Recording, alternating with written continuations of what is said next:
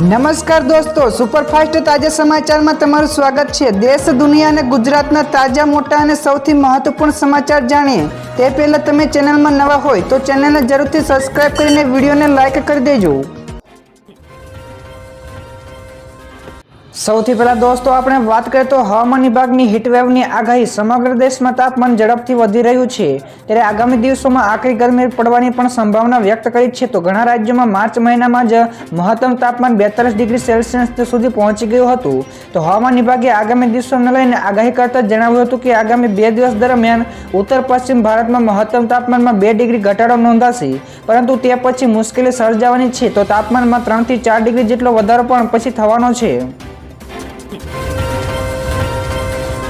આગળ વધુ એક સૌથી મોટા સમાચાર આવી રહ્યું છે। રિઝર્વ બેંકનું ડિજિટલ ઓનલાઈન ફ્રોડને અટકાવવા માટે RBI digital India trust agency એટલે કે ડિજિટલની સ્થાપના ઉપર ગંભીરતાથી વિચાર કરી રહી છે।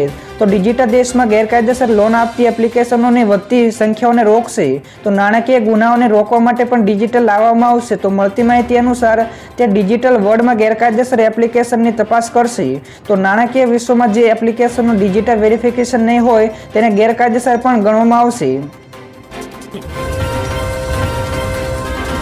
બીજા સૌથી અગત્યના સમાચાર સામે આવ્યા છે। કોંગ્રેસના સ્ટાર પ્રચારકોની યાદી જાહેર થઈ। કોંગ્રેસે લોકસભા ચૂંટણીમાં ઉત્તર પ્રદેશ માટે સ્ટાર પ્રચારકોની યાદી જાહેર કરી છે।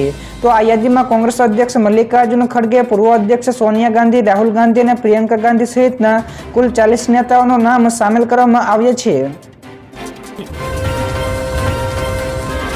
ત્યાર પછી ફટાફટ દોસ્તો બીજા સૌથી મોટા સમાચાર મળ્યા છે। રાહુલ ગાંધીનું મોટું નિવેદન। તેમણે કહ્યું કે આ ચૂંટણી બંધારણના રક્ષણ માટેની ચૂંટણી છે। તો લોકતંત્ર બચાવો રેલીમાં રાહુલ ગાંધીએ કહ્યું કે બીજેપી બંધારણ ખતમ કરવા માંગે છે, તો હિન્દુસ્તાનનો અવાજ દબાવવામાં આવી રહ્યો છે। તો આ ચૂંટણી દેશ બચાવવાની ચૂંટણી છે। તો દેશમાં બેરોજગારીનો દર સૌથી વધુ છે। તો ભાજપ અપ્રમાણિક રીતે ચૂંટણી જીતવા માંગે છે। તો નોટબંધી, જીએસટી થી કોને ફાયદો થયો છે તે પણ પ્રશ્નો પૂછ્યા હતા। ત્યારે રાહુલ ગાંધીએ કહ્યું કે આ લોકોને ચૂંટણી પંચમાં પોતાના માણસોની નિમણૂક કરી છે।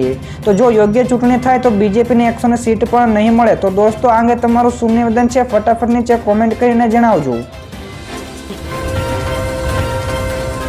ત્યાર પછી દોસ્તો બીજા સૌથી અગત્યના સમાચાર મળ્યા છે। હવામાન બદલાતા ખેડૂતો ચિંતિત। તો કેરી, ઘઉં, બાજરી, મગ, મગફળી જેવા પાકને નુકસાનની ભીતિ। તો કેનાલમાં પણ પાણી બંધ કરાયું। તો વડોદરા જિલ્લામાં 2 દિવસથી બદલાયેલા હવામાનના કારણે ખેડૂતોમાં ચિંતા ફરી વળી છે। તો બીજી તરફ કેટલાક તાલુકાઓમાં ખરા સમયે કેનાલોમાં પણ પાણી બંધ કરી દેવામાં આવ્યું હોવાની વિગતો પ્રાપ્ત થઈ છે।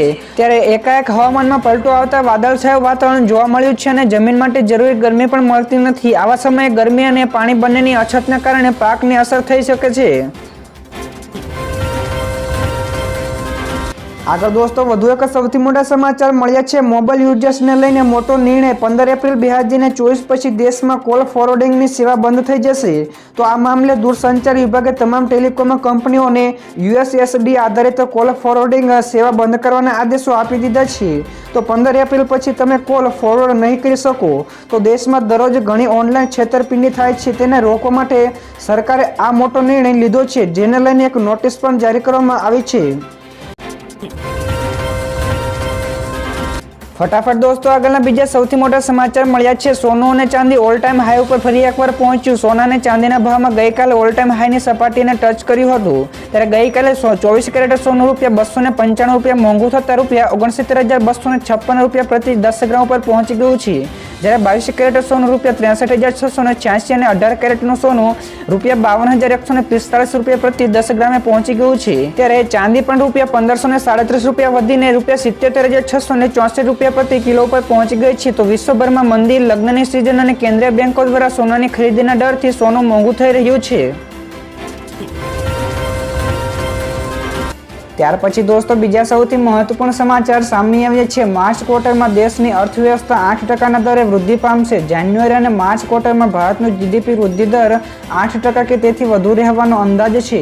તો નાણામંત્રી નિર્મલા સીતારમણે આ અનુમાન લગાવ્યું છે। તેમણે કહ્યું કે 31 માર્ચના રોજ પૂરા થતા ક્વાર્ટરમાં વિકાસ દર 8% કે તેથી વધુ વધવાનો ટ્રેક ઉપર છે। તો અગાઉ સેન્ટ્રલ રિઝર્વ બેંકના ગવર્નર શક્તિકાંત દાસે વર્તમાન નાણાકીય વર્ષ માટે દેશની અર્થવ્યવસ્થા 8%ના દરે વૃદ્ધિ પામવાનો પણ અંદાજ મૂક્યો હતો।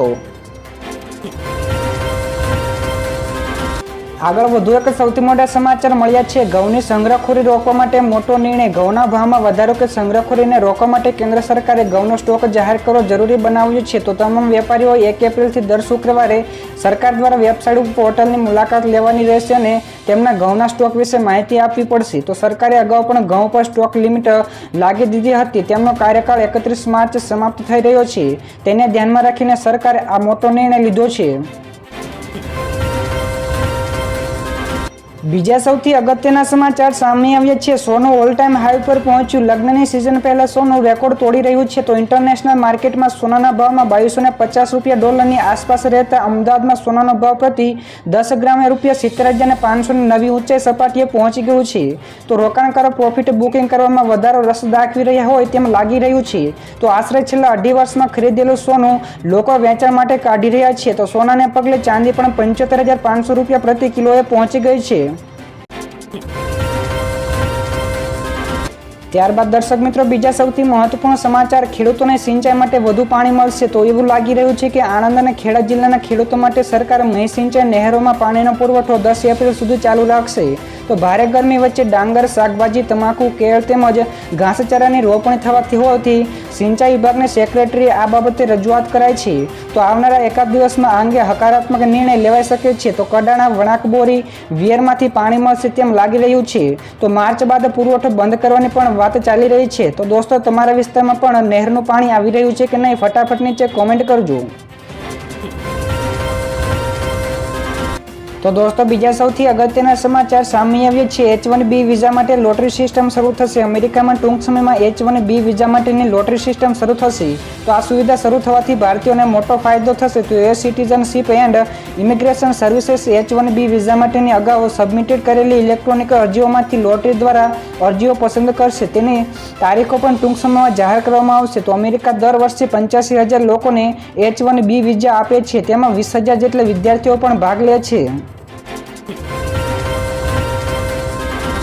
આગળ દોસ્તો વધુ એક સૌથી મોટા સમાચાર મળી રહ્યા છે. જીઓએ યુપીઆઈ સાઉન્ડ બોક્સ બિઝનેસમાં પ્રવેશ કર્યો. રિલાયન્સ જીઓ પેટીએમ પેમેન્ટ્સ બેંકની સાથે સ્પર્ધા કરવા માટે તૈયાર છે. ભારતમાં 20 લાખ વેપારીઓ યુપીઆઈ સાઉન્ડ બોક્સનો ઉપયોગ કરી રહ્યા છે. તેમાંથી 85% પેટીએમ કંપનીના છે. ત્યારે જીઓએ આ ઇવેન્ટમાં પેટીએમના સાઉન્ડ બોક્સને બદલવાની યોજના બનાવી રહ્યું છે. ત્યારે સૂત્રો મુજબ આના માટે જીઓ દ્વારા પેટીએમ, ભારત પે અને ફોન પેના મિશ્રણ વાપરતા વેપારીઓને પકડવા માટે ઓછા માસિક ભાડા ઓફર કરાશે. ત્યારબાદના દોસ્તો બીજા સૌથી અગત્યના સમાચાર સામે આવ્યા છે. એફિડેવિટમાં ભૂલ અને વિલંબ મુદ્દે ગુજરાત હાઈકોર્ટનું કડક વલણ. એફિડેવિટમાં ભૂલ અને વિલંબ મુદ્દે ગુજરાત હાઈકોર્ટે ટકોર કરી છે. ત્યારે હાઈકોર્ટે કડક શબ્દોમાં કહ્યું કે આવી બેદરકારી ચલાવી લેશે નહીં. તો આપને દોસ્તો જણાવી દઈએ કે કોર્ટની પ્રક્રિયામાં સોગંદનામું એક જરૂરી દસ્તાવેજ તરીકે રજૂ કરવામાં આવે છે. જેમાં થતી ભૂલ અને વારંવાર થતા વિલંબને લઈને આખરે હાઈકોર્ટે કડક વલણ અપનાવ્યું છે અને સરકાર અને વકીલોના સમયની થતી બરબાદી અંગે હાઈકોર્ટના ચીફ જસ્ટિસે ટકોર કરી છે. ત્યારબાદ દોસ્તો બીજા સૌથી મહત્વપૂર્ણ સમાચાર મળ્યા છે. ગુજરાત સરકારનો મહત્વપૂર્ણ નિર્ણય. હવે વીજ બિલ આવશે ઓછું. તો સરકારે લોકસભાની ચૂંટણી પહેલા પ્રજાના હિતમાં મોટો નિર્ણય લીધો છે. ત્યારે સરકારે જાન્યુઆરીથી માર્ચ 2024ના ફ્યુઅલ સરચાર્જમાં 50 પૈસા ઘટાડ્યા છે. આથી ફ્યુઅલ સરચાર્જ ₹3.35 પ્રતિ યુનિટથી ઘટાડીને ₹2.85 પ્રતિ યુનિટ વસૂલ કરવામાં આવશે. ત્યારે ઉર્જા મંત્રી કનુભાઈ દેસાઈએ કહ્યું કે 50 પૈસાના ઘટાડાનો સીધો ફાયદો રાજ્યની ચારેય વીજ વિતરણ કંપનીઓને અંદાજે 1.70 કરોડ ગ્રાહકોને થશે. જેમાં ત્રિમાસિક ગાળામાં ₹1340 કરોડનો લાભ થશે. ત્યારબાદ દોસ્તો બીજા સૌથી અગત્યના સમાચાર સામે આવ્યા છે. ઘોઘા અને દહેજ રોરો ફેરી સેવા ફરી એકવાર અટકી. ભાવનગરના ઘોઘા અને દક્ષિણ ગુજરાતના દહેજ વચ્ચે રોરો ફેરી સેવા ચાલી રહી છે અને રોજ અનેક લોકો તેનો લાભ પણ લઈ રહ્યા છે. જોકે ઘણીવાર ટેકનિકલ કારણોસર ફેરી સર્વિસ બંધ કરવામાં આવે છે. ત્યારે હવે વધુ એકવાર જહાજ ફસાઈ જતા પ્રવાસીઓ અટવાયા હતા. તો આ વખતે ઘોઘા નજીક સમુદ્રમાં પાણી ઓછું હોવાથી જહાજ ફસાઈ ગયું હતું, જેના લીધે પ્રવાસીઓ મુશ્કેલીમાં મુકાયા હતા અને આ કુદરતી સમસ્યાને તંત્ર દ્વારા કાયમી ઉકેલ લાવે તેવી યાત્રીઓની માંગ છે. ત્યારબાદ દોસ્તો આગળના બીજા સૌથી મોટા સમાચાર મળ્યા છે. ગઈકાલે આવ્યો જોરદાર ભૂકંપ. 4.7ની તીવ્રતા નોંધાઈ. જ્યાં દર્શક મિત્રો ગઈકાલે સમાચાર મળ્યા હતા કે આસામમાં ભૂકંપના જોરદાર આંચકા અનુભવાયા હતા. તો તો ભૂકંપની તીવ્રતા 4.7ની આંકવામાં આવી હતી। ત્યારે ભૂકંપનું કેન્દ્રબિંદુ મેઘાલય હોવાનું પણ કહેવાયું છે। ત્યારે ભૂકંપના કારણે અત્યારે કોઈ જાનહાનિના સમાચાર સામે આવ્યા નથી, પરંતુ ભૂકંપના આંચકા પાડોશી દેશ બાંગ્લાદેશ અને ભૂતાનમાં પણ અનુભવાયા હતા।